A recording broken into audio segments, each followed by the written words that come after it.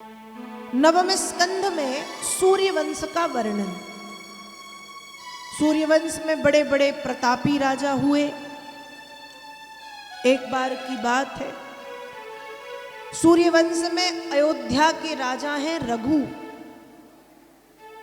एक समय राजा रघु पूजन की आसन पर बैठे थे, पूजन कर रहे थे। और शास्त्र का नियम कहता है कि भैया जब तक पूजन पूरी ना हो जाए अपनी आसन से उठो मत। जब पूजन पूरी हो तब ही आसन से उठें। हम आसन का त्याग ना करें, त्यागें। रघु बैठे हैं पूजन करने। उसी समय एक जो राक्षस है रावण, उस समय उसने अयोध्या को चारों तरफ से घेर लिया। अब राजा तो राजा बैठे आसन पर है, पर राजा के लिए सबसे पहले राज्य और उसकी प्रजा। रघु का बाण उनके पास में था, बाण उठा लिया, पर धनुष काफी दूर थे। धनुष कैसे उठाए? धनुष नहीं उठाए। अपने आसन पर से एक कुशा निकाला। कुशा जानते हैं ना? कुशा निकाल के धनुष पर चढ़ाया और रावण के ऊपर संधान कर दिया।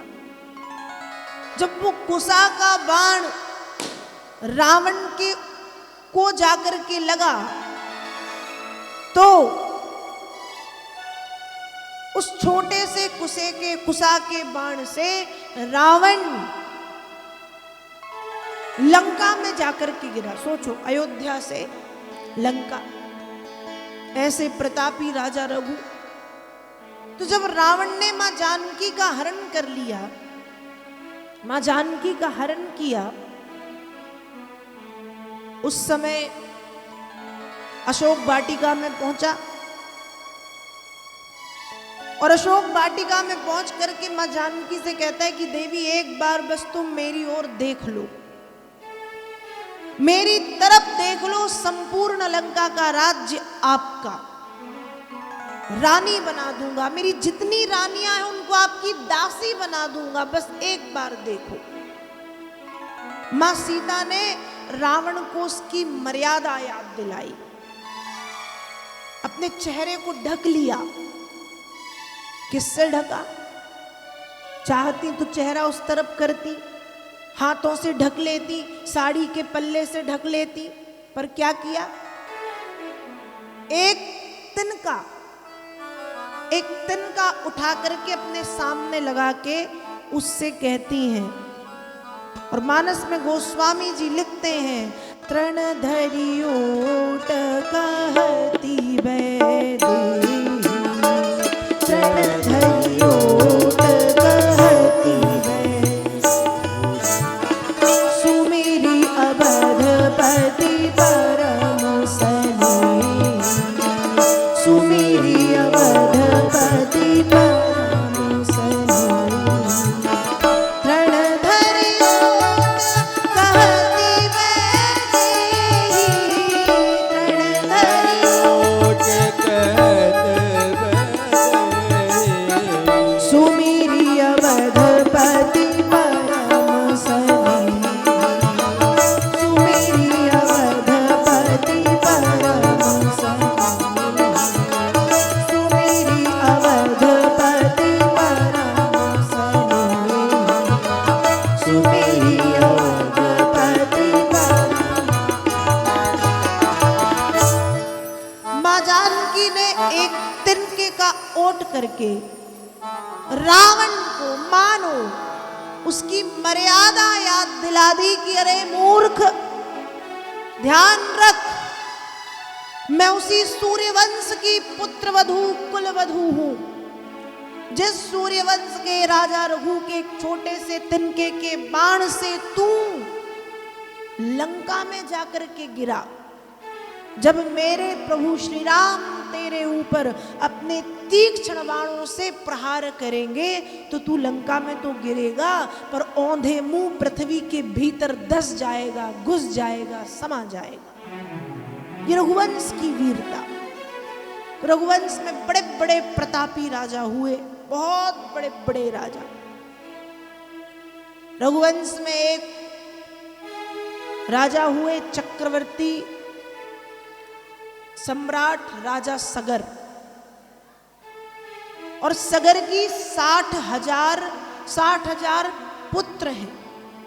सगर की 2 पत्नियां हैं, सुमति और केसमी। सुमति के 60,000 बेटे और केसमी का 1 बेटा। सगर ने जब अश्वमेध यज्ञ किया तो उस यज्ञ में घोड़ा छोड़ा जाता है। घोड़े को छोड़ा गया, जलन के कारण इंद्र ने वो घोड़ा कपिल मुनि के आश्रम में ले जा करके बांध दिया। अब सगर के पुत्रों ने घोड़े को बहुत ढूंढा, पर घोड़ा कहीं नहीं मिला। जब घोड़ा नहीं मिला, पाताल में गए, कपिल मुनि के आश्रम में अपने घोड़े को बंधा पाया। सगर के 60,000 पुत्रों ने कपिल मुनि के लिए अपशब्दों का प्रयोग किया। कपिल मुनि के नेत्र खुले, उनकी क्रोध की अग्नि में जल के सगर के 60,000 पुत्र हो गए भस्म। सगर की दूसरी पत्नी केसमी के पुत्र भये असमंजस, और असमंजस के पुत्र हुए अंशुमान।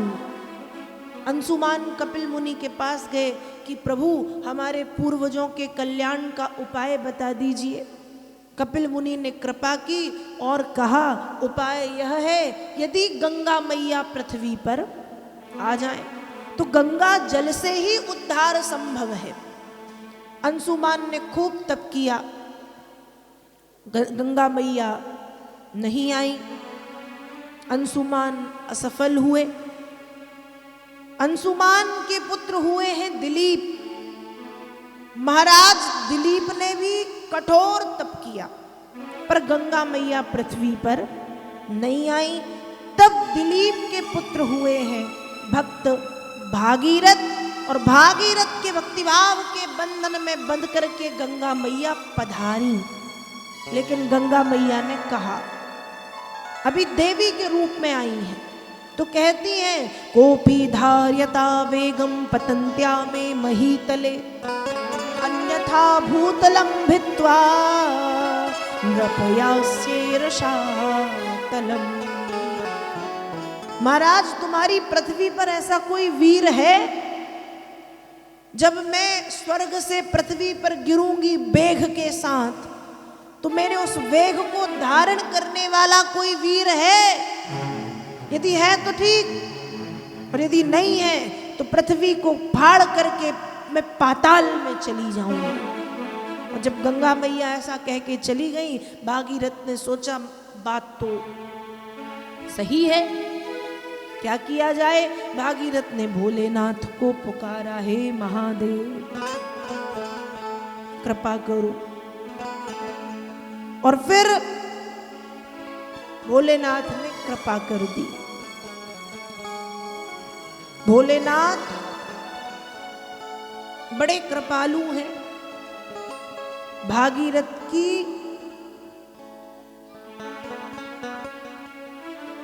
भक्ति को देख करके पधारे हैं। इसलिए हम कहते हैं, भागीरथ ने भगवान शंकर से प्रार्थना की। भोलेनाथ प्रकट हुए, भागीरथ से कहा, क्या चाहते हो? भागीरथ ने अपनी समस्या बताई। प्रभु गंगा मैया का ये कथन है, क्या किया जाए? भगवान ने कहा, जाओ गंगा मैया से जाकर के कहो, धारिष्यति ते वेगम रुद्रस्वाता शरीरिणा यस्मिन्नोतमिदं प्रोते विश्वसाटी। गंगा मैया जटाओं में समा गई, भगवान ने भी जटाएं बांध ली।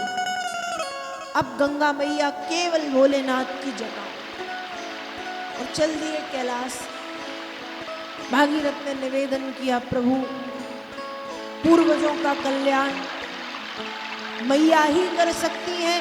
तब भगवान ने अपनी जटाएं खोली और जैसे ही जटाएं खोली तो शिव की जटाओं से हिमालय पर्वत पर आई है। स्वर्ग से भोलेनाथ की जटा में, भोलेनाथ की जटा से हिमालय पर्वत पर, जिसको हम कहते हैं गंगोत्री धाम, हिमालय पर्वत, और फिर वहां से गंगा मैया पृथ्वी पर आई हैं। व्यास जी लिखते हैं, रथेन वायु वेगेन प्रयान्त मनुधावती देशान पुनन्ति निर्दग्धान आसिंचद सगरा। आगे आगे भक्त भागीरथ का रथ बड़ी तीव्र गति से जा रहा है और पीछे पीछे गंगा मैया की प्रबल धारा चली आ रही है। और गंगा मैया भी जिस देश, जिस गांव, जिस नगर, जिस शहर से निकलती जा रही हैं, वो देश, वो गांव, वो नगर, वो शहर सब पवित्र होते जा रहे। और अब गंगा मैया वहां पहुंची जहां सगर के पुत्र राख का ढेर बन के पड़े थे। और जैसे ही राख के ढेर में गंगा जल का स्पर्श हुआ, सगर के पुत्रों का उद्धार हो गया। तो भैया ये गंगा मैया के जल की महिमा है। तो बोलिए गंगा मैया की जय। इसलिए शास्त्र कहते हैं, गंगे गंगे यो ब्रूयात योजना नाम सतैरपि तश्च नश्चन्ति पापानि कैवल्यं लभते मुदा।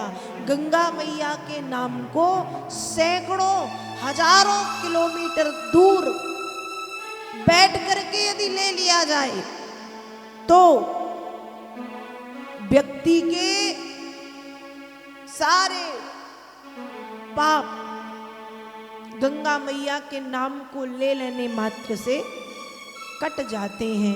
ये गंगा मैया के जल की महिमा है। एक बड़ी प्यारी कथा आती है, कौतुक अनोखो लखो एक, पापी डरो रहो नगर के बाहर, स्वान श्रगालु सूंघत ही डर जाए, विचार करें किमि खाकर।